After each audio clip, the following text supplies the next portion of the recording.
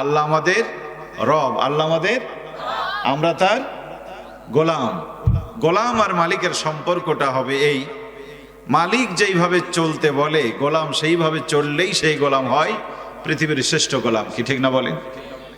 গোলামের টার্গেটই হচ্ছে মালিককে খুশি করা।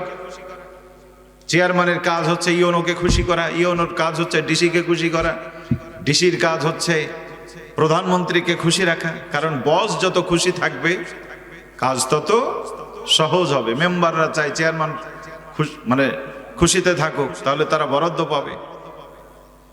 যে যত নিচে থাকে উপরওয়ালাকে খুশি করা হচ্ছে নিচওয়ালাদের কাজ। কারণ জোর করে কিছু হয় না, ভালোবাসা দিয়েই এটি আদায় করতে হয়।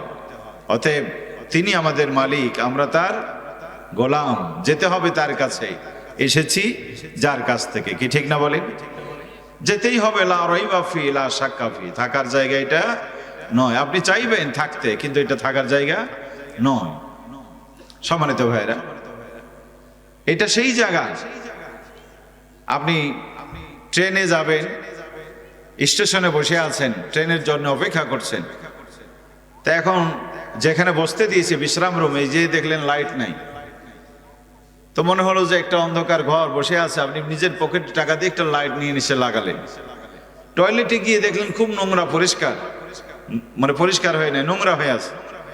তা আপনি কিছু ভীম টিম নিয়ে এসে একটু পরিষ্কার পরিচ্ছন্ন করলেন। বেডগুলো এলোমেলো, আপনি একটু ঝাড়ু ঝাঁটা দিয়ে সুন্দর করলেন। ইতিমধ্যে ট্রেন চলে আসছে। এখন আপনারা কি করবেন বলেন তো? ট্রেন ধরবেন নাকি সাজানো গুছানো এই ঘরে বসে থাকবেন?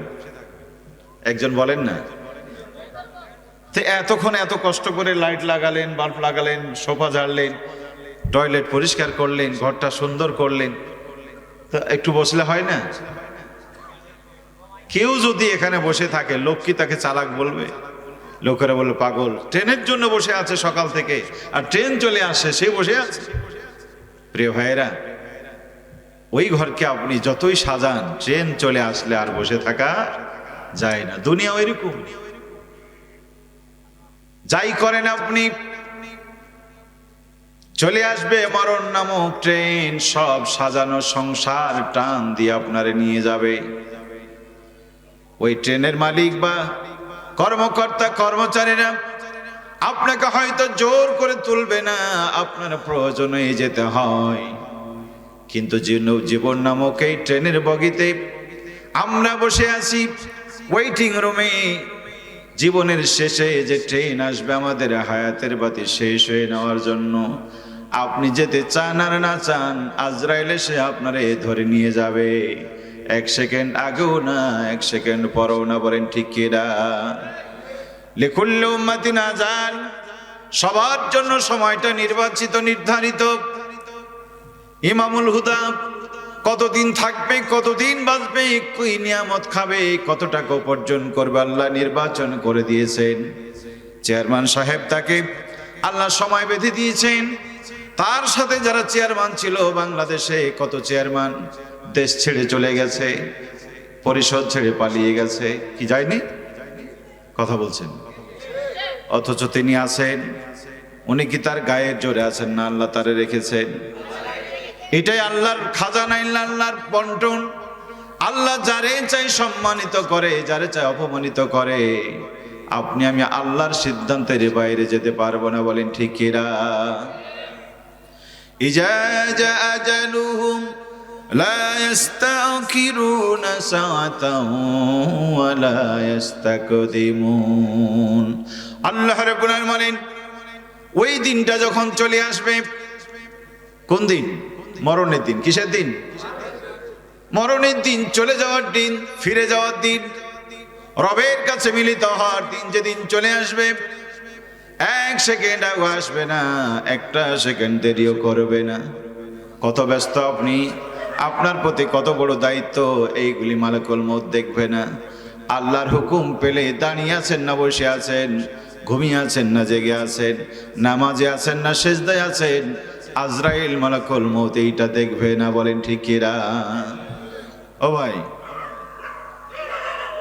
কি ব্যাপার, সামনে বসে গল্পও করছেন, বাদামও খাচ্ছেন, এই যে দেখেন আবার লবণ চালাচালি করে। হ্যাঁ, তো এতই যদি মহব্বত, একটু আড়ালে গিয়ে করেন।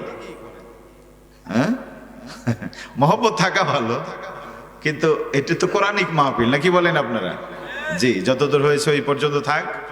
বন্টন হয়ে গেছে আপনাদের, বাকিটা পরে হিস্সা মতো নিয়ে নেবেন। পারবেন না ইনশাল্লাহ?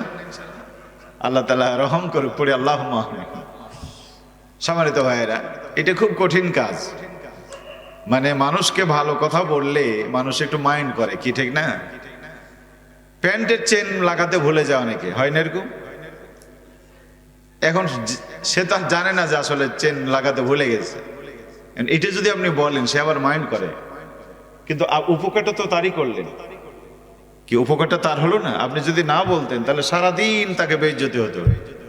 আপনি কানের কাছে আস্তে করে বললেন যে ভাই এই ঘটনা, তো সে সতর্ক হয়ে গেল। কিন্তু আজীবন আপনি তার চোখে পড়ে যান যে বেটা আমাকে অপমান করছে। তো অপমান তো করেনি, আপনাকে বাঁচাই দিয়েছে।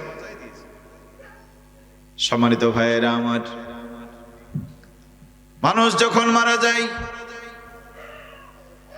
মাইক প্রচার হয়, অমুক গ্রামের অমুক নেই, শোনার সঙ্গে সঙ্গে আমরা কোরআনুল কারীমের একখানা আয়াত পড়ে থাকি, ইন্না লিল্লাহি ওয়া ইন্না ইলাইহি রাজিউন। নিশ্চয় সবকিছু আল্লাহর জন্য, সবকিছুকে আল্লাহর দরবারে ফিরে যেতে হবে। ওই মানুষটারে গোসল দিয়ে কাফনের কাফন পরায়া কবরে যখন আমরা রাখতে যাই, কবরে রাখার সময় কোরআনুল কারীমের একটা আয়াত আমরা পড়ি, মিনহা খালাকনাকুম ওয়া ফিহা নুঈদুকুম ওয়া মিনহা নুখরিজুকুম তারাতান উখরা। এই মাটি থেকেই তোমাকে সৃষ্টি করা হয়েছিল, আজ এই মাটির ভিতরেই তোমাকে দাফন করা হলো। আব্দুল্লাহ, ভেবো না এই মাটির ভিতরেই তুমি চিরদিন থাকবে। সময় আসবে, দিন আসবে, মালিক একদিন মাটির পিঞ্জর থেকে তোমাকে তার দরবারে হাজির করবে। হাজির করবেন, কেন করবেন? কোরআন সেই কথাও বলতে, সুম্মা লাতুসআলুন্না ইয়াওমাইদিন আনিন নাঈম। বান্দারে, আমার দাও প্রতিটি নিয়ামতের হক, হিসাব সেদিন তোমাদের কাছ থেকে নিয়েই ছাড়বো। নিয়ামত যা দিয়েছি দুনিয়ায়, একটু হিসাব দেওয়ার জন্য আমার কাছে আসতে হবে। কত শত নিয়ামত আল্লাহর কোরআন বলছে, ওয়া ইন তাউদ্দু নি'মাতাল্লাহি লা তুহসুহা। বান্দারে, এত এত এত নিয়ামত তোমাদেরকে দিয়েছি, গুনে গুনে গুনে কোনোদিন শেষ করতে পারবা না। চোখ নিয়ামত, কান নিয়ামত, হাত নিয়ামত, পা নিয়ামত। কোরআন বলছে, আলাম নাজআল লাহু আইনাইন ওয়া লিসানান ওয়া শাফাতাইন ওয়া হাদাইনাহুন নাজদাইন। ও বান্দা, আমি কি তোমাকে দেখার জন্য দুটো সুন্দর চোখ দেইনি, বলার জন্য দুটো ঠোঁট দেইনি, একটা জিহ্বাকে দান করি নাই? তোমার সামনেই কি আমি দুটো রাস্তা বলে দেই নাই? দিয়েছে না, দেয় না? বলেন, দুটো চোখ কি নিয়ামত। হঠাৎ করে চোখের মধ্যে একটা বালি পড়ে গেছে, ছোট্ট একটা পোকা পড়ে গেছে, কি যন্ত্রণা, কি যন্ত্রণা। চোখ কত বড় নিয়ামত। চোখ যাদের নাই তাদের কাছে গিয়ে বলেন, পাবনা জেলায় এক মাওলানা ছিলেন, মাওলানা আলতাফ উদ্দিন, অন্ধ হাফেজ। আলতাফ ভাইয়ের একটু ওয়াজ শুনেছিলাম আমি, আমার হৃদয় এত দাগ কেটেছিল। দুইটা কথা তিনি বলছেন, তিনি এক ওয়াজের মধ্যে বলছেন, আল্লাহ আমারে চোখ দেয় না, আমার কোনোদিন আপত্তি ছিল না, আল্লাহর কাছে আমার আফসোস ছিল না, 2টা দিন আফসোস করেছিলাম। মাওলানা আলতাফ বলেন, আল্লাহ পাক আমার একটা মেয়ে দিয়ে দান করেছেন। ওই মেয়েটা যখন কথা বলতে শিখলো, একদিন আমাকে বলছে, আব্বু আপনি আমার দিকে কেন তাকান না? এত সব দিন আপনার দিকে আমি তাকাই আব্বু আব্বু বলি, একবার কোন আপনি আমার দিকে তাকান না? আলতাফ হোসেন বলছেন, আল্লাহ সেই দিন আমার কলিজা ফেটে গিয়েছিল, কি করে আমি মেয়েরে বুঝাই আমি তোমার দিকে দেখতে চাই, কিন্তু দেখার দৃষ্টি তো আল্লাহ আমারে দেয় নাই। রবকে ডেকে বলেছিলেন, মালিক চোখ দাওনি, কোনো অবসর নেই, আজ এই মেয়ের দাবি পূরণে আমি কি করব তারে তো বুঝাইতে পারি না। একবার যদি তুমি চোখের যদি খুলতে, ওই মেয়েটার দিকে তাকায়া তার জনমের চাওয়া একটাবার আমি মিটাতে পারতাম। আর একদিন তিনি বলেন, আমি হজে গেলাম, সারাটা জীবন শুনেছি আর পড়েছি, আল্লাহর ঘর কাবার সৌন্দর্যের কথা জেনেছি পড়েছি। হজে যখন গেলাম কাবার সামনে, আল্লাহর কাছে বললাম, মালিক চোখ দাওনি, আফসোস নাই, তুমি আমার প্রতি বড় দয়াই তো করেছো, চোখেরই কারণে কোনো গুনাহ আমার হয় না, কিন্তু তোমার কাবা কত সুন্দর, পৃথিবীর কোটি কোটি মানুষ দেখলো, কত কাফের বেঈমান ইহুদি খ্রিস্টান নাসারা দেখলো, কিন্তু আমি একজন কোরআনের হাফেজ, তোমার কাবার কাছে এসো তোমার কাবাকে এক নজর দেখতে পাইলাম না। সুবহানাল্লাহ, কি হৃদয় ছোঁয়া, আবেগ ঘন আবেগ দাবি। চোখ আছে বলে আমরা টের পাচ্ছি না, কি ঠিক না বলেন? সম্মানিত ভাইয়েরা আমার, আল্লাহ পাক বলছেন, বান্দা প্রত্যেকটি নিয়ামতের হিসাব তোমাদের দিতে হবে, ভুলে যেও না। যালিকা ইয়াউমুত তাগাবুন, ওই দিনটা হলো হার জিতের দিন। হিসাব দিয়ে বিজয় হবে যারা, আমার জান্নাতে সফলতার সাথে ফিরবে তারা। আর হিসাব দিতে পারবে না যারা, না শুকরি করার কারণে জাহান্নামের আগুনে জ্বলবে তারা। অতএব লা ইন শাকারতুম লাযীদান্নাকুম ওয়া লা ইন কাফারতুম ইন্না আযাবি লাশাদীদ। আল্লাহ পাক বলেন, শুকরিয়া যদি তুমি আদায় করো, আমার নিয়ামতের কৃতজ্ঞতা যদি আদায় করো, আমি আল্লাহ পাক আরো বেশি বেশি করে তোমাদেরকে নিয়ামত বাড়ায় দেব। আর যদি না শুকরি করো, তোমাদের জন্য আমি কঠিন আযাব রেখে দিয়েছি। পড়ি নাউযুবিল্লাহ। শুকরিয়া আদায় করতে হবে কার? সবাই বলেন কার? আল্লাহ রে ডাক রে বান্দা, আল্লাহ রে ডাক, আল্লাহ রে ডাক রে বান্দা, আল্লাহ রে ডাক। কেন ডাকবেন? যখন তুমি ছোট্ট ছেলে, দাঁত ছিল না মুখে, তরল খাবার দিলে না লাহে মা জননীর বুকে, তোমার মহাজননীর বুকে, ঠিক না? যখন তুমি ছোট্ট ছেলে, দাঁত ছিল না মুখে, তরল খাবার দিলে না লাহে মা জননীর বুকে, তোমার মহাজননীর বুকে। সেই আল্লাহ রে ভুইল না রে জীবন যাকার থাক, সেই আল্লাহ রে ভুইল না রে জীবন যাকার থাক। আল্লাহ রে ডাক রে বান্দা, আল্লাহ রে ডাক, আল্লাহ রে ডাক রে বান্দা, আল্লাহ রে ডাক। যখন তোমার কেউ ছিল না তখন ছিলেন তিনি, এখন তোমার সব হয়েছে, পর হয়েছেন তিনি রে, পর হয়েছেন তিনি। আবার তোমার কেউ রবে না,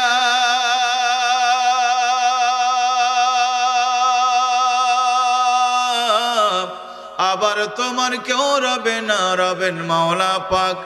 আবার তোমার কেউ রবে না, রবেন মাওলা পাক।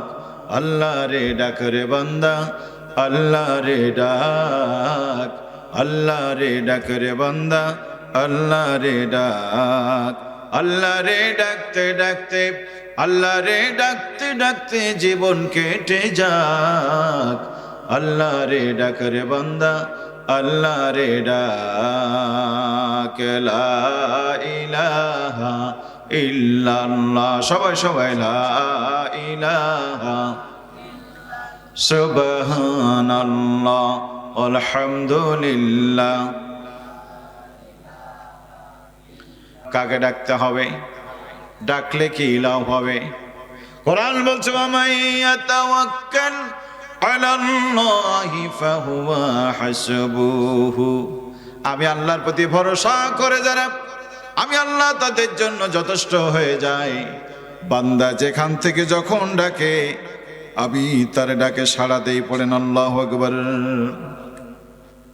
ইউনূস আলাইহিস সালাম মাছের পেটে হাজার হাজার ফিট পানির নিচে চলে গেছে।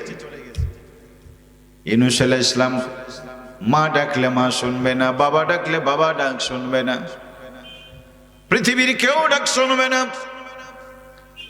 ইউনূস আলাইহিস সালাম ওই সমুদ্রের ভিতরে মাছের পেট থেকে আল্লাহ রাব্বুল আলামিনকে ডাকলেন আর বললেন লা ইলাহা ইল্লা আনতা সুবহানাকা ইন্নী কুনতু মিনাল যালিমিন। মালিক, নাই নাই কেউ নাই, আমার ডাকে সাড়া দেওয়ার মতো কেউ নাই, আমার কথা শুনবার কেউ নাই। তুমি মালিক, তুমি সমহান, আমি আমার প্রতি জুলুম করেছি, তুমি যদি আমার ডাকে সাড়া না দাও আমি শেষ হয়ে যাব। আল্লাহ পাক বলেন ফাস্তাজাবনা লাহু ওয়া নাজ্জাইনাহু মিনাল গাম্মি ওয়া কাযালিকা নুনজিল মুমিনিন। জোরে জোরে পড়েন সুবহানাল্লাহ। আল্লাহ পাক বলেন আমি আমার বান্দা ইউনূস আলাইহিস সালামের ডাকে সাড়া দিই, ওই কঠিন বিপদ থেকে আমি মুক্ত করে দিয়েছিলাম। এমনি করে বান্দা যখন বিপদে পড়ে ডাকবে আমি আল্লাহ রাব্বুল আলামিন তাদেরকে বিপদ থেকে বাঁচাই দেব। বলেন ঠিক কিনা? এই বাংলাদেশে 17 বছর জালেমের অত্যাচারে জুলুমের শিকার হয়ে কত মানুষ রাতের পর রাত দিনের পর দিন ঘুমাতে পারে নাই, বাসা বাড়িতে খেতে পারে নাই, স্বামী হারা সন্তান হারা কত স্বজন চোখের পানি দিয়ে কেঁদেছে। আল্লাহ রাব্বুল আলামিন ওই জালেমদেরকে বিদায় করে দিয়া বাংলার জমিনকে আল্লাহ মুক্ত করেছেন। বলেন ঠিক কিনা? জোরে বলেন ঠিক কিনা? রে ভাইরা, আল্লাহ আছে না নাই? ইন্না বাতসা রাব্বিকা লাশাদীদ, রবের ধরা কঠিন ধরা। এই গমস্তাপুরে এসেছিলাম আপনাদের এই পাশে, সেখানে কি কথা বলতে না বলতে তৎকালীন চেয়ারম্যান সাহেব থানা থেকে পুলিশ ডেকে মাহফিল ছেড়ে পালিয়ে জীবন বাঁচে না। সে জমিন আজও আছে। আল্লাহ তাআলা জালেমদের দাঁত ভেঙে শেষ করে দিয়েছেন। ঠিক কিনা বলেন? কথা বলেন এখন আপনারা, নাকি ভয় লাগছে এখনো? মুমিন মরার জন্য জন্ম হয়েছে, চিরদিন থাকবে না। জালেমও মরবে, মুমিনও মরবে। আল্লাহ তাআলা এই জগৎটাকে পরীক্ষার জন্য দিয়েছেন। লিনানজুরা কাইফা তা'মানুন। আল্লাহ পাক বলছে আমি ক্ষমতা দিয়েছি, কি করিস আমি দেখতে চাই। ক্ষমতা পেয়ে যদি ক্ষমতার শুকরিয়া হয় এটার যা আল্লাহ দিবেন। ক্ষমতার অপব্যবহার হলে আগেও ধ্বংস করেছেন, এখনো করছেন, ভবিষ্যতেও করবেন। কি ঠিক না বলেন? কি ক্ষমতা আপনার? আপনার চাইতে কত ক্ষমতাধর ছিল পৃথিবীতে। নমরুদ, ফেরাউন, কারুন, হামান, সাদ্দাত সব শেষ হয়ে গেছে। এই কোরআন তো সেই কোরআন, এটার সাথে বিরোধিতা করেছিল যারা, আল্লাহর কালামের বিরোধিতা করেছে যারা, যুগে যুগে ধ্বংস হয়ে গেছে তারা। ঠিক কিনা বলেন? বর্তমানে কেউ করলে আল্লাহ ছেড়ে দেবে? ভবিষ্যতে কেউ করলে ছেড়ে দেবে? সম্মানিত ভাইয়েরা আমার, 17টা বছর জাতি কেঁদেছিল। আল্লাহ রাব্বুল আলামিন এই জাতির প্রার্থনা কবুল করে স্বৈরাচারদেরকে বিদায় করে দিয়েছে। এত বড় নির্বাচন হয়ে গেল, আওয়ামী লীগ এত বড় দল, তাদের মাধ্যমে দেশ স্বাধীন হয়েছিল, আমরা অস্বীকার করব না।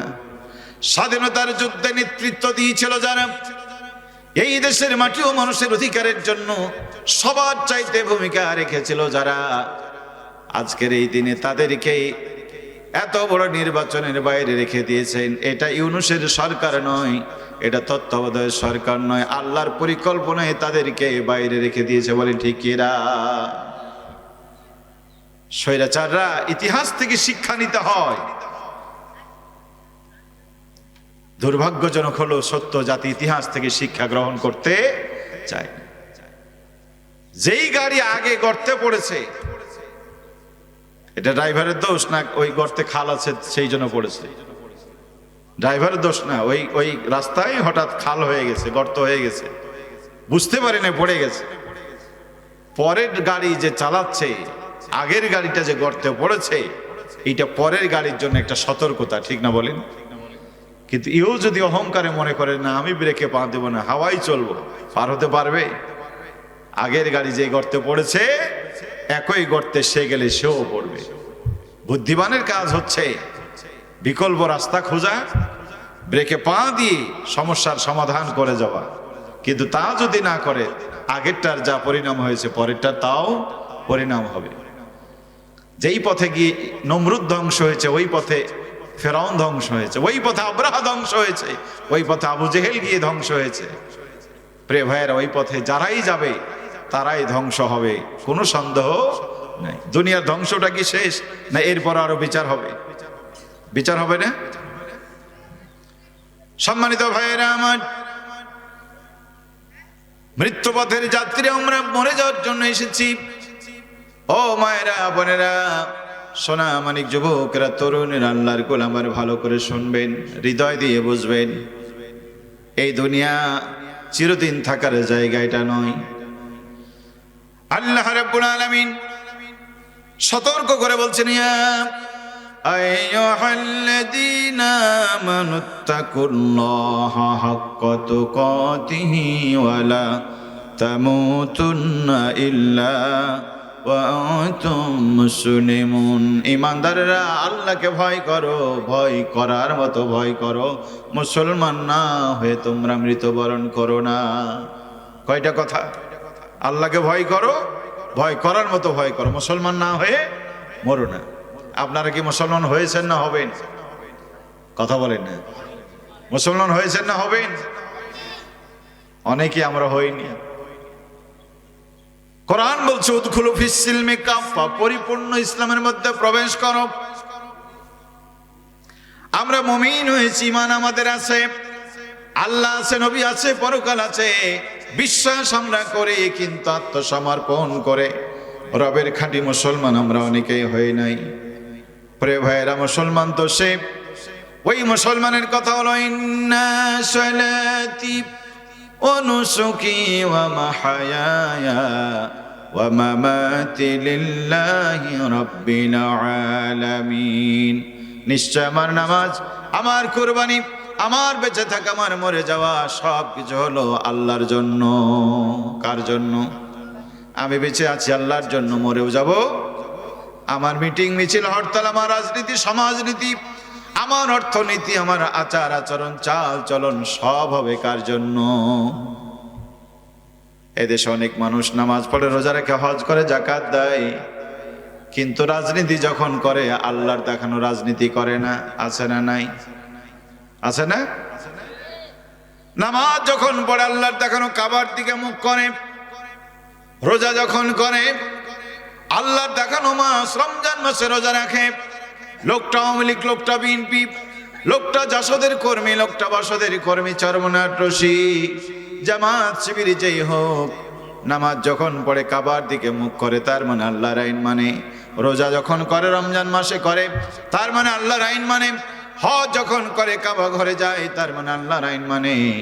পশু যখন কুরবানি দেয়, আল্লাহ যেই যেই পশু কুরবানি দিতে বলেছে সবাই সেই পশু কুরবানি দেয়, তার মানে আল্লাহর আইন মানে।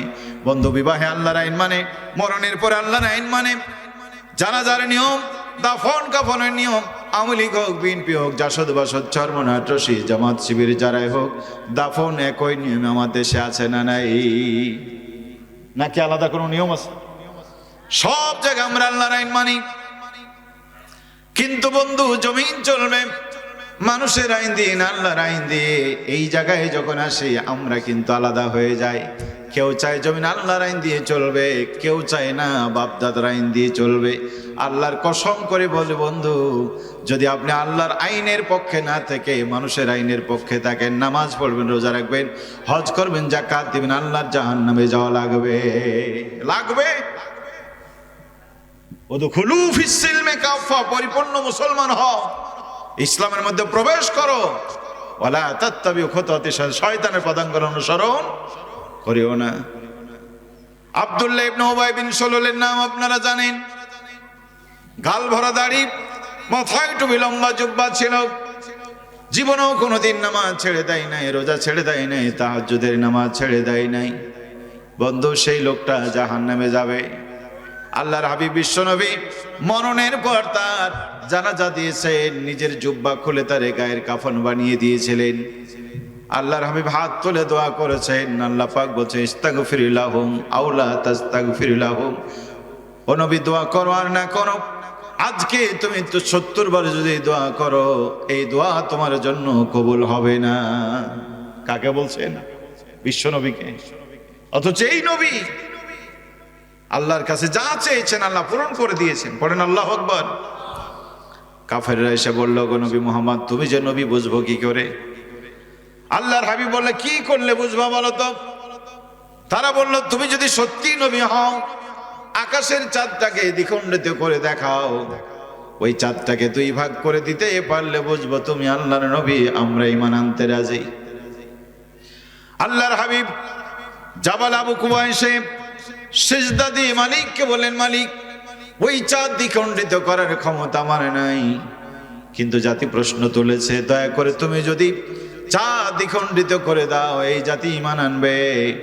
আল্লাহর হাবিবের সম্মান রক্ষা করার জন্য আল্লাহ পাক বলেন, হাবিব শুধুমাত্র আঙ্গুলটা তুলবে, শাহাদাত আঙ্গুলটা ওই চন্দ্রের দিকে তুমি দেখাবে, আমি আল্লাহ পাক তোমার সম্মানে চাঁদ দ্বিখণ্ডিত করে দেব। যেই নবীর সম্মানে আল্লাহ পাক আকাশের চাঁদ দ্বিখণ্ডিত করে দেয়, আজকে আল্লাহ পাক বলছেন, নবী তোমার দোয়া কবুল হবে না। কি অপরাধ জানেন লোকটা? এই লোকটা নামাজ ছিল, রোজা ছিল, হজ ছিল, যাকাত ছিল, সব ছিল, শুধুমাত্র উহুদের যুদ্ধে আল্লাহ নবী 1000 লোক নিয়ে উহুদে যাচ্ছিলেন, কাফেররা ছিল 3000।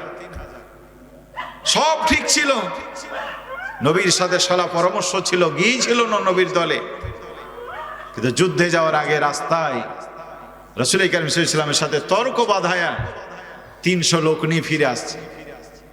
আচ্ছা, এই যে দল থেকে ফিরে গেল, কালকে ভোট আর আজকে ভেঙে গেল জোট, লাভ হবে কার? বিরোধী দলের। কি ঠিক না বলেন? ক্ষতি হবে কার? আপন দলের। বাংলাদেশে এরকম ঘটনা ঘটেছে না ঘটে নাই বলেন তো? 11 দলীয় জোট তৈরি হয়েছে, চূড়ান্ত যখন হতে গেল, মাশাআল্লাহ, একদল টুপিওয়ালারা এখান থেকে বয়কট করলো। তারা বলছিল যে আমাদের কত 200টা তাদের এ গ্রেড, না 263টা তাদের এ গ্রেডের আসন। মাশাআল্লাহ, 263-এর মধ্যে একটা পেয়ে গেছে তারা। কয়টা? মাত্র একটা। কোরআন বলছে, লা তামশি ফিল আরদি মারাহা, অহংকার করো না, অহংকার করো না, আমি অহংকারকারীকে পছন্দ করি না। দাড়ি টুপি থাকলেই কি সব দলের লোক হয়ে যায়? দলীয় কর্মী তৈরি করতে হয়। কর্মী তৈরি করতে রাসূল কারীম সাল্লাল্লাহু আলাইহি ওয়াসাল্লামকে 13 বছর সময় লেগেছে, নবুয়তের পরে, নবুয়তের আগে 40 বছর। ঠিক কিনা বলে? বিশ্ব নবী এই 53 বছর কাজ করে কর্মী তৈরি করে মদিনায় বিপ্লব করেছেন। আর লোকেরা বলে ভালো মানুষ তৈরি হয়ে গেলে, জাতি গঠনে তৈরি হয়ে গেলে তো হবে, এই ভালো মানুষ তৈরি তো করতে হবে। ঠিক কিনা বলেন? আন্দাজ হয়ে যাবে। দেশে তেলের সংকট এখন চলছে না? ওই এক সাদেকপুরি এক পীর সাহেবের সন্তান আছে, কি গাঁজাখড়ি, বলছে আব্বার সাথে মানে গেলাম মাহফিলে, এসে দেখি তেল নাই, গাড়ি স্টার্ট হয় না। আব্বা বলে কি হয়েছে? বলে তেল না। বলে নেমে আয়।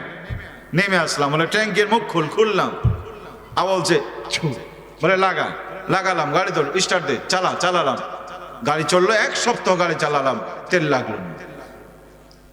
এখন মনে হয় বাংলাদেশের পাম্পগুলিতে তার বাপকে নিয়ে এসে ফু দেওয়ালে হয়। কি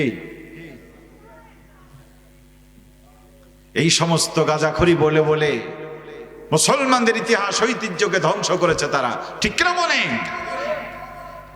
তারা আবার দেশের ইসলামী আন্দোলনের চরম বিরোধিতা করেছে।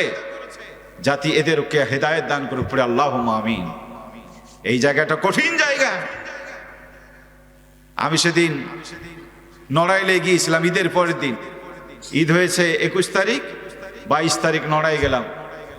সেখানে অধ্যাপক মতিয়ার রহমান, ঝিনাইদহের 3 আসনের এমপি, তিনি বললেন, আমি আমার নির্বাচনী জনসভায় গিয়ে বললাম, ভাইয়েরা, আপনারা যে জান্নাতের আশা করেন, আপনাদের তো জান্নাতে যাওয়ার কোনো কথা আমি কোরআনে পাচ্ছি না। আপনারা যে জান্নাতে যাবেন, জান্নাতে যাওয়ার তো কোনো কথা আমি কোরআনে পাচ্ছি না। লোকেরা বলছে স্যার এটা বলেন কি আপনি? অধ্যাপক মতিয়া রহমান বলছে আমি কোরআন পড়ে দেখলাম, কোরআন বলছে মা হাসিবতুম আন তাদখুলুল জান্নাতা ওয়ালাম্মা ইয়ালামিল্লাহুল্লাযিনা জাহাদু মিনকুম ওয়া ইয়ালামাস সাবিরিন। তোমরা মনে করো আমি জান্নাত যাব, অথচ আমি আল্লাহ দেখবো না কারা কারা তোমরা জিহাদে অংশগ্রহণ করেছো। দিন কায়েমের পথে, কোরআনের সমাজ কায়েমের জন্য, সৎ নেতৃত্বের জন্য, আল্লাহর আইন প্রতিষ্ঠার জন্য যেই নবী রক্ত দিয়েছে, উহুদ হয়েছে, বদর হয়েছে, খন্দক হয়েছে, শত সাহাবীরা জীবন দিয়েছে, তুমি এখনো সেই চেষ্টা করছো না, অথচ ধৈর্য ধারণ করছো না, অথচ জান্নাতের স্বপ্ন দেখো। তার মানে দিন কায়েমের আন্দোলনে সম্পৃক্ত হয়নি যারা, আল্লাহর জান্নাত পাবে না যা তারা। পরিষ্কার কথা। আব্দুল্লাহ ইবনে উবাই বিন সালুল উহুদের ময়দান থেকে 300 লোক নিয়ে ফিরে গেল। লাভ হলো কাফেরদের, ক্ষতি হয়ে গেল মুসলমানদের। 70 জন মুসলিম শহীদ হলো। আল্লাহর প্রিয় নবীর দন্দান মোবারক শহীদ হয়ে গেল। লোকটা যতদিন বেঁচে ছিল নামাজ ছেড়ে দেয় না, রোজা ছেড়ে দেয় না, হজ ছেড়ে দেয় নাই, যাকাত দেওয়া বন্ধ করে দেয় নাই, কিন্তু যতদিন বেঁচে ছিল ইসলামের পক্ষে সে ভোট দেয় নাই। যতদিন বেঁচে ছিল জালিমদের পক্ষে তার সমর্থন ছিল। এই কারণে আল্লাহ পাক তার নামাজ, রোজা, হজ, যাকাত কোনো কিছুই কবুল করলো না। নবীর দোয়া পর্যন্ত আল্লাহ ফিরিয়ে দিয়েছেন। পড়ে নাউজুবিল্লাহ। প্রিয় ভাইরা, এই সমাজে অসংখ্য অগণিত আব্দুল্লাহ ইবনে উবাই বিন সালুলরা আছে, নামাজ পড়ে, রোজা রাখে, হজ করে, যাকাত দেয়, মসজিদ করে, মাদ্রাসা করে, খানকা তৈরি করে, আল্লাহর জমিনে দ্বীন কায়েমের চেষ্টা করে না, বরং বিরোধিতা করে। আছে না? গমস্তাপুরে নাই, বোয়ালিয়াতে নাই, সব জায়গায় আছে বন্ধু। আল্লাহর গোলামেরা, মায়েরা, বোনেরা, যুবকেরা, হৃদয়ের কান দিয়ে শুনবেন, চিরদিন থাকার জায়গা নয়, চলে যেতে হবে বন্ধু। ওই যাওয়ার জন্য আশা করেন। বলছে আল্লাযী খালাকাল মাউতা ওয়াল হায়াতা লিয়াবলুয়াকুম আইয়ুকুম আহসানু আমালা।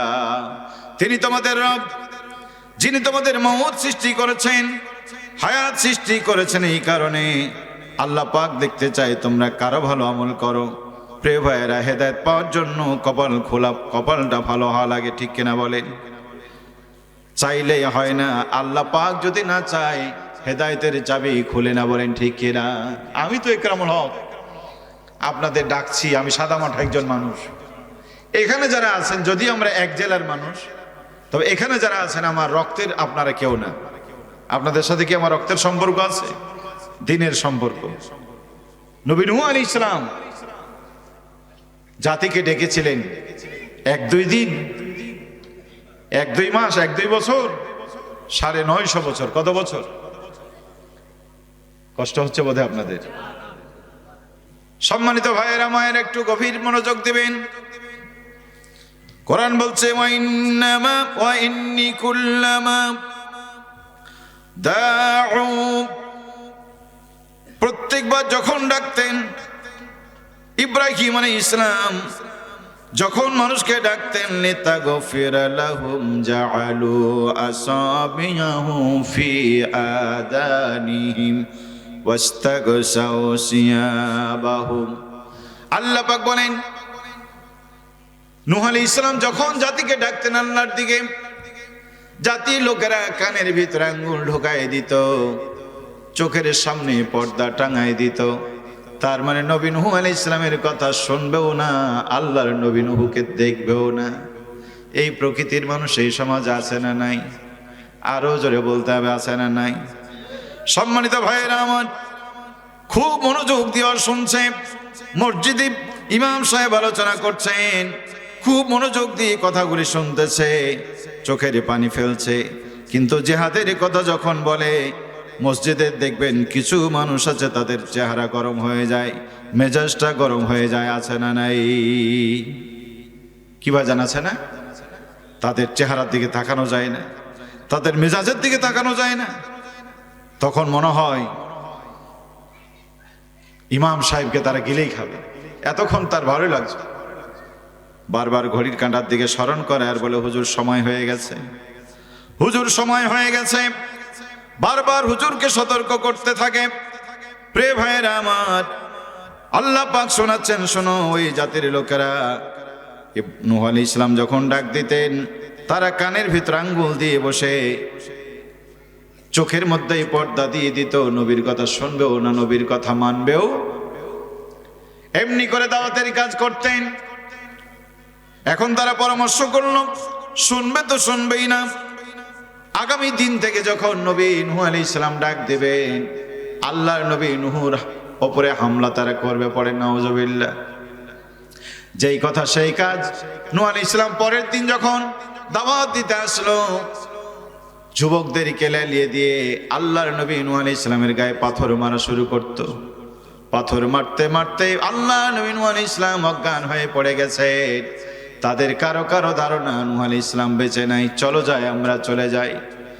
কতক্ষণ পরে আল্লাহ নবী নূহ আলাইহিস সালামের জ্ঞান ফিরেছে। আল্লাহর কাছে ডেকে বলেন, মালিক এদেরকে ক্ষমা করে দাও। আল্লাহ পাক বলছেন, নূহ রে, তুমি যতই তাদের কাছে যাও, যতই বলো, এই জাতি নতুন করে আর কেউ ঈমান আনবে না। 950 বছরে মাত্র 80 জন 82 জন মানুষ ঈমান এনেছে, আর ঈমান আনবে না। নূহ আলাইহিস সালাম একটু অধৈর্য হয়ে গেলেন, বললেন, রব্বুল আলামিন, এই যদি হয় অবস্থা, লা তাজারা আলাল আরদি। আল্লাহ নবী বললেন, ও নবী, ও আল্লাহ রাব্বুল আলামিন, তারা যদি ঈমান নাই আনে, এই জাতিকে রেখে লাভ কি? এই জাতিকে তুমি ধ্বংস করে দাও। আল্লাহ পাক বলেন, নূহ, তোমার দোয়া মঞ্জুর, আমি তাদেরকে ধ্বংস করে দেব। তার আগে তুমি একটা প্লাবন আসবে, ওই প্লাবনে সব ধ্বংস হবে। তার আগে তুমি একটা নৌকা তৈরি করো। লম্বা ইতিহাস। নূহ আলাইহিস সালাম নৌকা তৈরি করলেন, বারবার জাতিকে সতর্ক করলেন, জাতি সেই দলে যাব না। এরকম মানুষ আছে না সমাজে? আছে। আমি আমার এক আত্মীয়ের কাছে বলছি, ভাই অনেকদিন তো হলো, জীবন তো কাটাই দিলেন, আসেন আল্লাহর দিনে। আমাকে বলছে, গ্রাম জীবনও না, বাইচা থাকতে কোনোদিন। কি সত্য কথা। এইবার ভোটের আগে কদিন, 12 তারিখে ভোট হলো না, আমাদের এলাকায় এক জায়গায় ভোট চাইতে গেছি। এক মুরব্বী, 60 বছর তো পার হবেই, গায়ে পাঞ্জাবি, মুখে দাড়ি, নামাজ পড়েন নিয়মিত, আমি জানি। সাইকেল নিয়ে আসছে মাঠে থেকে, সালাম করলাম, বলছে, হুজুর জীবনও না, এই জামাতি রেখে জীবনও ভোট দিনি, যতদিন বাঁচবো দিব না। কাটছাট কথা, সোজা বলছে, জীবনও না। চিন্তা করতে পারেন আপনি কি শক্ত নিয়াত করেছে, জীবনও না। সম্মানিত ভাইয়েরা আমার, ছেলে বলছে, বাবা জীবনও নয়, পানিতে ডুবে মরবো, সেও বলো তোমাদের দলে যাব না। আল্লাহ পাক নূহ আলাইহিস সালামকে ডেকে বলেন, ইয়া নূহ, কারে ডাকো? নূহ, ইন্নাকা লাইসা মিন আহলিক। ও নূহ, এটা তোমার পরিবার নয়, যা করেছো একবার আমি ক্ষমা করে দিয়েছি, দ্বিতীয়বার যদি ছেলে হিসেবে ডাকো, নবুয়তের তালিকা থেকে নামটা কিন্তু মুছে দেব। পড়ি সুবহানাল্লাহ। হেদায়েত একান্ত কিসমতের ব্যাপার, কি ঠিক না বলেন?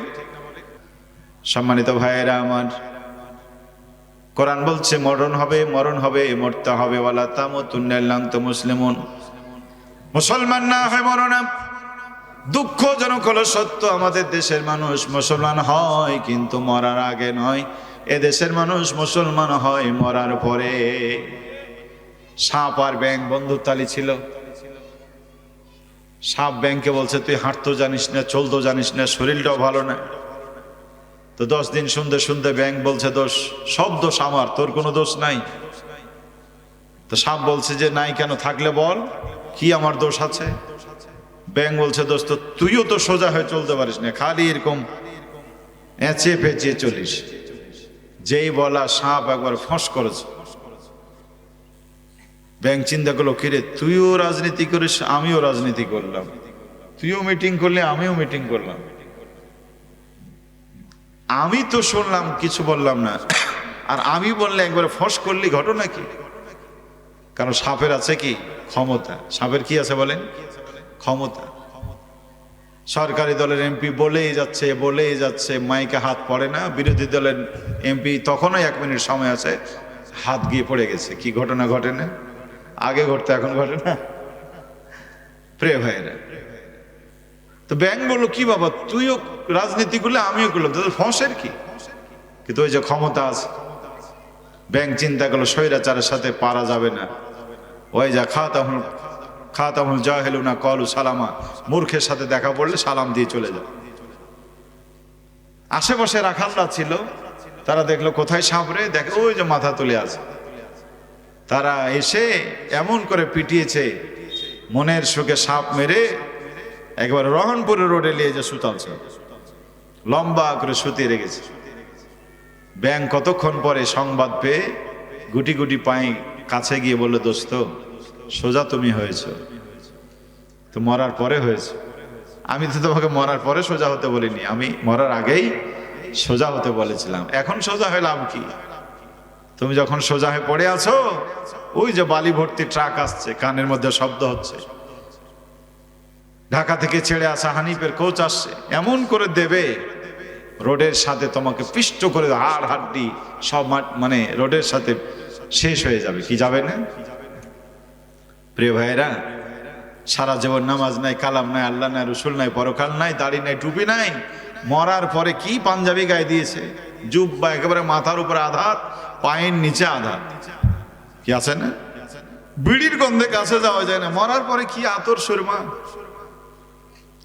বেঁচে থাকতে কোন নারী কার সাথে যায় কেউ দেখে না, কার বউ কার সাথে ঘুরে কেউ দেখে না। মরে যাওয়ার পরে মাতব্বররা বলে, খবরদার, কোন অপরিচিত পুরুষ এই নারীর লাশ দেখবে না, মেয়েদের লাশ দেখা হারাম। জীবিত থাকতে কোন হারামের ফতোয়া আসলো না, মরে যাওয়ার পরে যত সব ফতোয়া। কি ঠিক না বলে? ও মায়েরা বোনেরা, পর্দা আপনি করবেন, বেঁচে থাকতে আপনি করলেন না, মরে যাওয়ার পরে 5 কাপড় দিয়ে আপনাকে পরানো হবে, কি লাভ হবে সেই দিন? বেঁচে থাকতে আপনি আল্লাহর দিন মানলেন না, মরে যাওয়ার পরে লাভ হবে কি? সারা জীবন আল্লাহ নবীর পথ চললো না, চলেছে যারা তাদেরকে সহ্য করে না। এ লোকটা যখন মারা যায়, কবরে রাখার পরে বলা হয় বিসমিল্লাহ ওয়া আলা মিল্লাতি রাসূলিল্লাহ, আল্লাহর নামে নবীর দলে তোমাকে ভর্তি করে দিলাম। কারে ভর্তি করলেন? এই শিবগঞ্জে শুনলাম দাঁড়িপাল্লায় ভোট দিয়েছে, সেই জন্য স্বামী তার স্ত্রীকে তালাক দিয়ে দিয়েছে। স্ত্রী কত বড় অপরাধ করেছে, তালাক দিয়ে দিয়েছে। চিন্তা করতে পারেন? প্রিয় ভাইয়েরা আমার,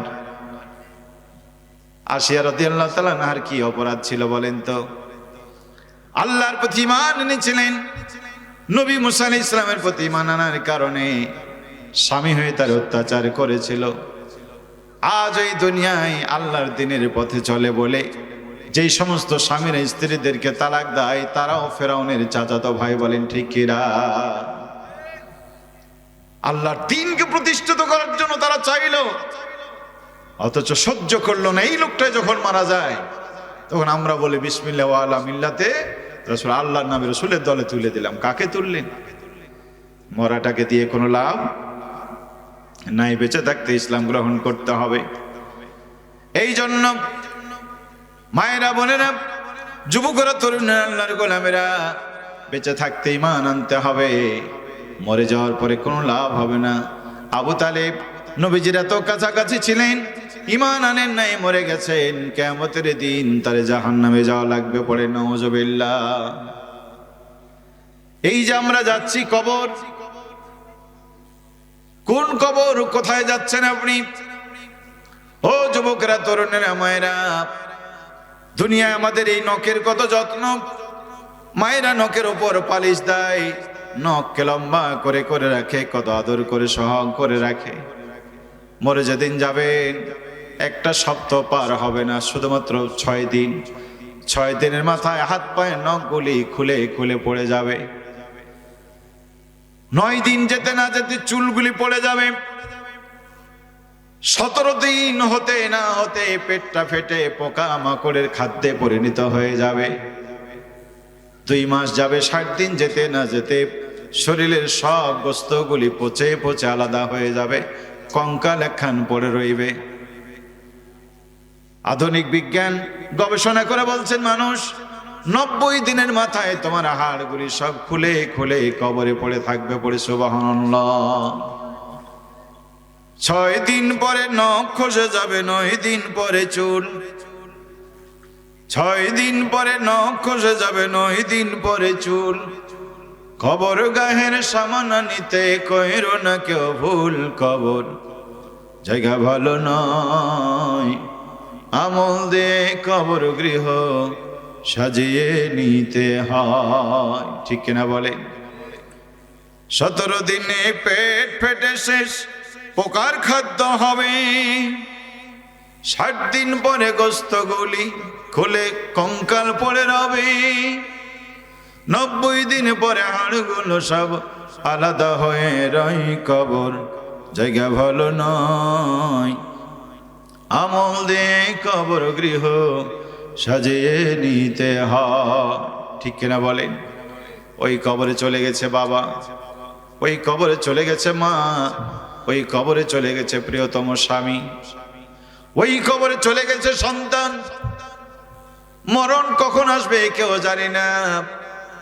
এই যে কদিন আগে রাজবাড়ির দৌলতিয়ার ঘাটে আপনারা দেখেছেন, একটা বাস ফেরি পার হওয়ার জন্য যখন উঠতেছিল, ব্রেকটা নষ্ট হয়ে বাসটা সোজা পানির তলে চলে গেল। ডুবুরিরা উঠাতে গিয়ে তারা অনুমান করে বলল এই বাসটা কমসে কম 80 ফিট পানির নিচে চলে গেছে। 1 মিনিট আগে কেউ জানতো না, 30টা সেকেন্ড আগেও তারা জানতো না, 30 সেকেন্ড পরে আমরা সবাই মরে যাব।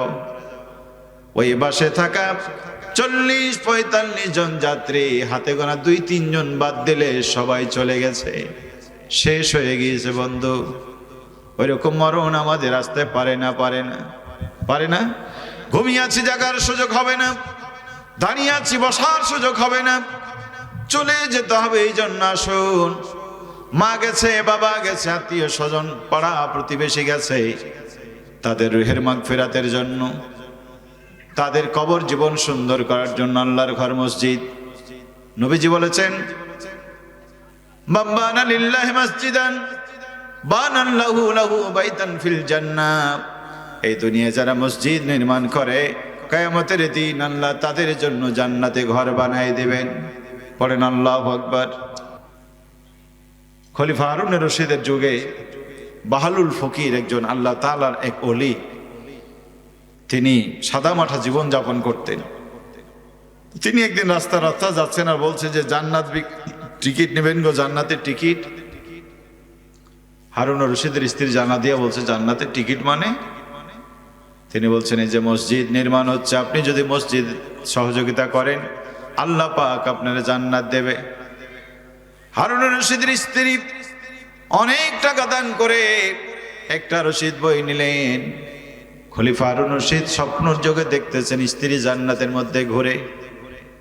ঘুম থেকে জেগে জিজ্ঞেস করলেন, প্রিয়া কি এমন আমল করেছো, স্বপ্নের মধ্যে তোমার জান্নাতে দেখলাম। হারুন রশিদের স্ত্রী এই কথা জবাবে বলল, স্বামী আমার গতকালকে এক হুজুর এসেছিল, মসজিদের জন্য দান চাচ্ছিল আর বলছিল মসজিদে দান করলে আল্লাহ তোমাদের জান্নাত দেবে। আল্লাহর জান্নাতের আশায় আমি ওই হুজুরের হাতে কিছু টাকা দিয়েছি, হতে পারে আল্লাহ পাক ওটা কবুল করেছেন তাই তোমাদের দেখিয়েছে। সুবহানাল্লাহ। হারুন রশিদ চিন্তা করলো এই যদি হয় এই মসজিদ আমি একাই বানাবো, কারো আমি সাহায্য নিব না। কর্মসূচি নিলেন, মসজিদ বানানোর কাজ শুরু হয়েছে, সুন্দর মসজিদ তৈরি হচ্ছে, সব কাজ শেষ, চুনের কাজ চলতেছে। একজন গরিব মানুষ সারাদিন ভিক্ষাবৃত্তি করে, মনে মনে চিন্তা করলো হারে এত বড় মসজিদ তৈরি হলো, আমি তো শরীক হতে পারলাম না। ছোট্ট নাতিকে ডেকে বললেন যাও বাজারে যাও, চারানা পয়সা দিয়ে বলেন একটু চুন কিনে নিয়ে আসো। রাতের অন্ধকারে ওই চুনের পাতিলে, রঙের পাতিলে চুনটুকু ফেলে দিয়েছে। সকালবেলা মিস্ত্রিরা এসে রংটা লেড়ে গায়ে লাগায় দিয়েছে, পরের দিন মসজিদের উদ্বোধন হবে। হারুন রশিদ দিনের কার্যসূচি শেষ করে ঘুমাতে গিয়েছে। ঘুমের ঘরে স্বপ্ন দেখে আল্লাহ পাক ওই মসজিদ ওই মহিলার নামে উদ্বোধন করতেছে। পড়েন সুবহানাল্লাহ। সেই ভিখারিনী নামে মসজিদ। হারুন রশিদ তো মাথা নষ্ট, মসজিদ করলাম আমি এত টাকা খরচ করে, আর সেই বুড়ির নামে মসজিদ, ঘটনাটা কি? ডেকে পাঠালেন, তার বললেন বুড়িমা রহস্য বলো। মহিলা ভয় পেয়ে গেছেন, বোধহয় বাচ্চা জানতে পেরেছে আমার তো জীবন থাকবে না, বলে বাবা মাফ করে দে। হারুন রশিদ বলে মা চিন্তা নাই, বলো তো ঘটনা কি? ওই বৃদ্ধা মহিলা বলতে চারুন, এত বড় মসজিদ নির্মাণ হলো, আমরাও শুনেছি নবীজি বলছেন কেউ দুনিয়ায় মসজিদ বানান আল্লাহ তার জান্নাত বানাই দেবে। তুমি না হয় রাজা মানুষ, তোমার না হয় টাকা ছিল, মসজিদ বানাই দিলে আমার কি হবে? আমি তো আল্লাহর দরবারে জান্নাত পাবো না, সেই জন্য জান্নাতের আশায় একটু চুন কিনে তোমার রঙের সাথে লাগাই দিয়েছিলাম। হতে পারে মালিক আমার দান কবুল করে তোমার এমন একটি স্বপ্ন দেখিয়েছে। সুবহানাল্লাহ। ও বোয়ালিবাসী, আল্লাহর ভান্ডারে কোনো অভাব নাই। এই মসজিদ তৈরি হবে 1 লক্ষ টাকা দেবে, 1 লক্ষ টাকা দেওয়ার যোগ্যতা সম্পন্ন যারা, আবার যারা 100 টাকা দেবে, গরিব মানুষ, আল্লাহর কাছে লক্ষ টাকার চাইতে 100 টাকার মূল্য কিন্তু কম নাই, ঠিক কিনা বলেন? এই জন্য 1000, 2000, 5000, 10,000 দান করেছেন। এই গভীর রাত মাকে স্মরণ করে, বাবাকে স্মরণ করে, সন্তানকে স্মরণ করে, ও মায়েরা স্বামীকে স্মরণ করে আল্লাহর ঘর মসজিদের জন্য কে আছেন? অনেকেই দান করেছেন। যারা বাকি আছেন তোমার কাছে আমার উদারত আহ্বান, আল্লাহর ঘর মসজিদের জন্য 5,000 টাকা দিতে পারেন এই মুহূর্তে। একজন বলেন তো কি নাম আপনার?